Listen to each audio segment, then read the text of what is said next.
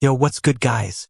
So real talk, I've read way too many manhwa at this point, like an unhealthy amount. My for later list looks like a phone book.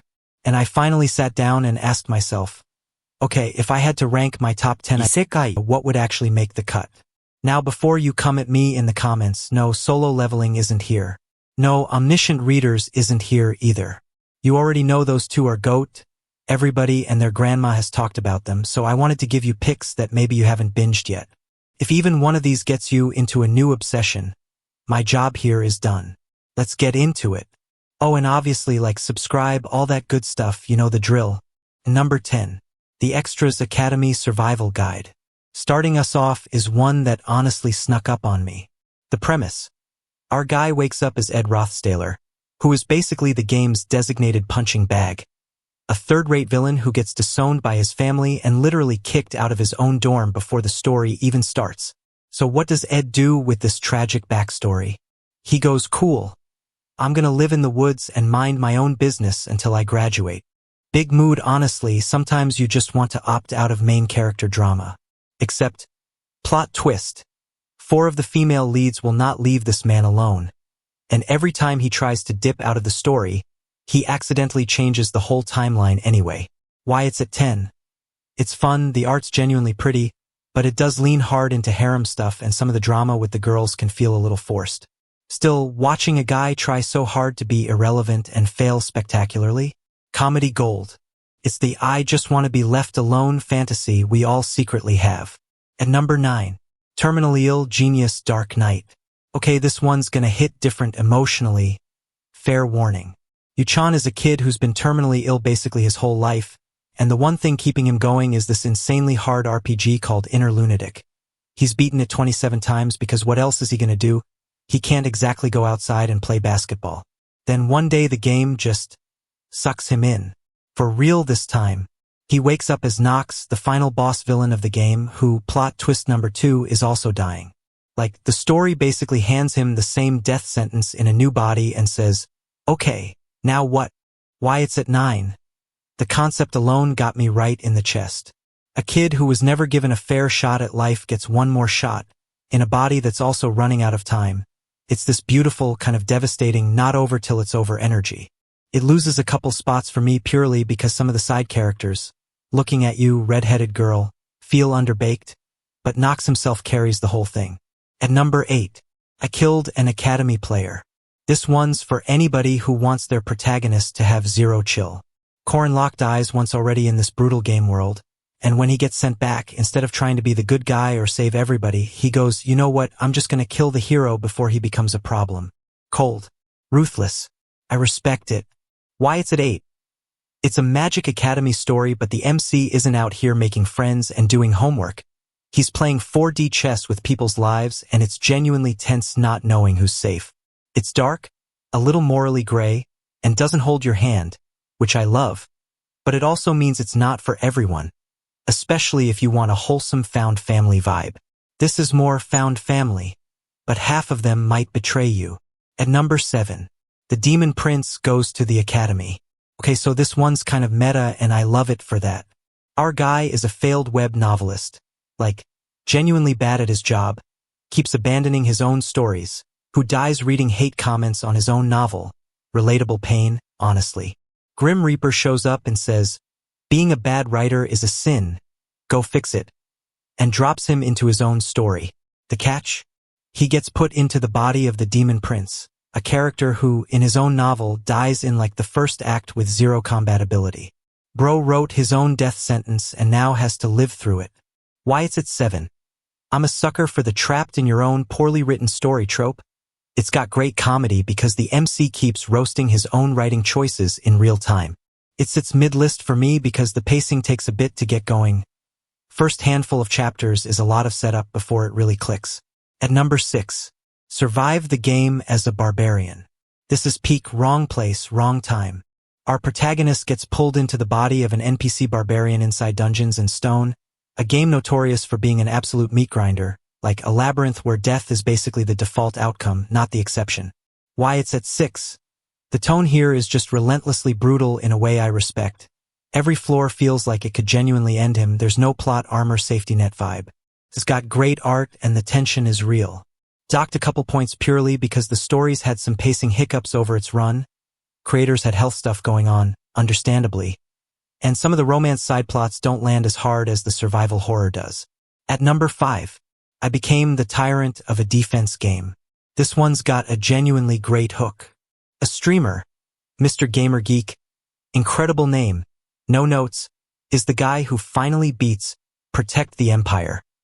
A tower defense game nobody had cleared in over a decade. Except beating it meant sacrificing his own teammates like they were disposable pixels because hey, it's just a game, right?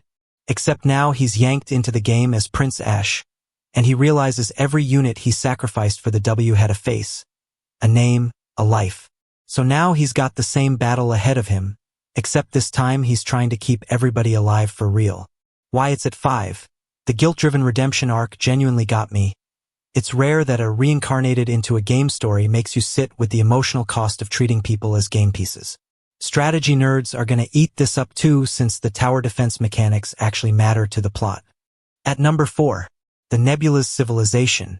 Sungwoon is the undisputed number 1 player of a brutal god simulator game called Lost World, where players act as gods fighting for influence over a dying world. He clears literally every achievement in the game, and then gets a very suspicious email inviting him to play the real version. Now he's an actual god, ruling over a tribe of exiled lizard men with his power over insects, in a genuine competition to see who becomes the true ruler of the world. The scale of this thing is insane. Centuries pass, empires rise and fall, and it somehow stays gripping the whole way. This is peak small god, big dreams energy. At number 3, survival story of a sword king in a fantasy world. Okay, this one is brutal in the best way. Han Bin, a guy who just got done with his mandatory military service and hasn't even figured out civilian life yet, gets teleported to another world along with a bunch of other people. Standard Isekai stuff so far, right? Wrong. His guideline, basically his stat system, is bugged, and he gets trapped in an endless tutorial loop, leveling up to almost level 5 and getting reset back to level 1, over and over, for 22 years. When he finally escapes, he emerges into a world that fears and hates otherworlders, like him. People summoned by the Demon King to destroy their goddesses. So now he has to hide who he actually is while carrying 2 decades of raw grinding in his back pocket. Why it's at 3. That setup is just unbelievably good. 22 years trapped in a tutorial is one of the most creative "why is this guy overpowered" justifications I've ever read, and it comes with real psychological weight, not just free stats. The action is relentless, and the stakes of hiding his identity keep every interaction tense. This one lives in my head genuinely rent-free. At number 2, the beginning after the end. I mean, come on, you all saw this one coming. King Gray, a legendary but deeply lonely king who conquered his entire world and had absolutely nobody left to trust, gets a second life as Arthur Le Win, a baby born into a whole new magic and mana world. This time he actually gets a real family, real friends, the childhood he never had.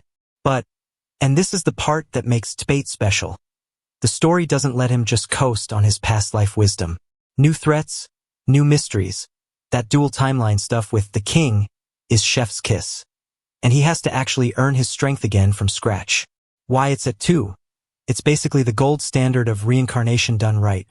The world building is dense in the best way. The emotional core, a man who never got love finally getting a family, genuinely made me tear up more than once, and the pacing across arcs is some of the best in the genre. It's not higher purely because personal taste. The other 2 ahead of it just hit me even harder. At number 1. Okay, I'm cheating a little here. So real talk, I tried so hard to pick just one for the top spot and I genuinely could not do it, so I'm giving you 2. Sue me. Pick me up, infinite gotcha. Here's a twist I hadn't seen before. Loki is ranked 5th in the world at a notoriously impossible gotcha game, and when he finally clears the dungeon, he doesn't wake up as the powerful hero he pulled. He wakes up as a 1-star trash summon, the kind of unit players usually just throw at bosses to learn attack patterns. Now he's got to climb 100 floors as the weakest possible piece on the board, alongside other discarded fodder units. It's got heart, it's got brutal action, and it flips the whole Ice Guide into a game formula on its head in the best way. The greatest estate developer, and finally my comfort pick. Suho, a civil engineering student, falls asleep reading a fantasy novel and wakes up as Lloyd Frontera, the laziest, most useless noble in the entire book, drowning in family debt, destined, in the original story, to die pathetically while the actual hero gets all the glory. Suho's solution? Use his real-world engineering degree to literally rebuild his family's estate from the ground up. Roads, aqueducts, city planning, the whole thing, and turn his family's fortune around. It's hilarious, it's weirdly educational, and by the end it gets genuinely emotional in ways I did not expect from a story about zoning permits. Sounds ridiculous typed out, reads like an absolute masterpiece. Why these two share the crown? Each one takes a trope you've seen 100 times, the gotcha Isekai, the reincarnated noble, and does something with it that nobody else in the genre is doing. That's rarer than it sounds. And that's my list. I already know some of y'all are gonna fight me in the comments about the order, and honestly, do it, I wanna know what I'm sleeping on. Drop your own top 10 down below. Let's build a reading list together. Catch you in the next one.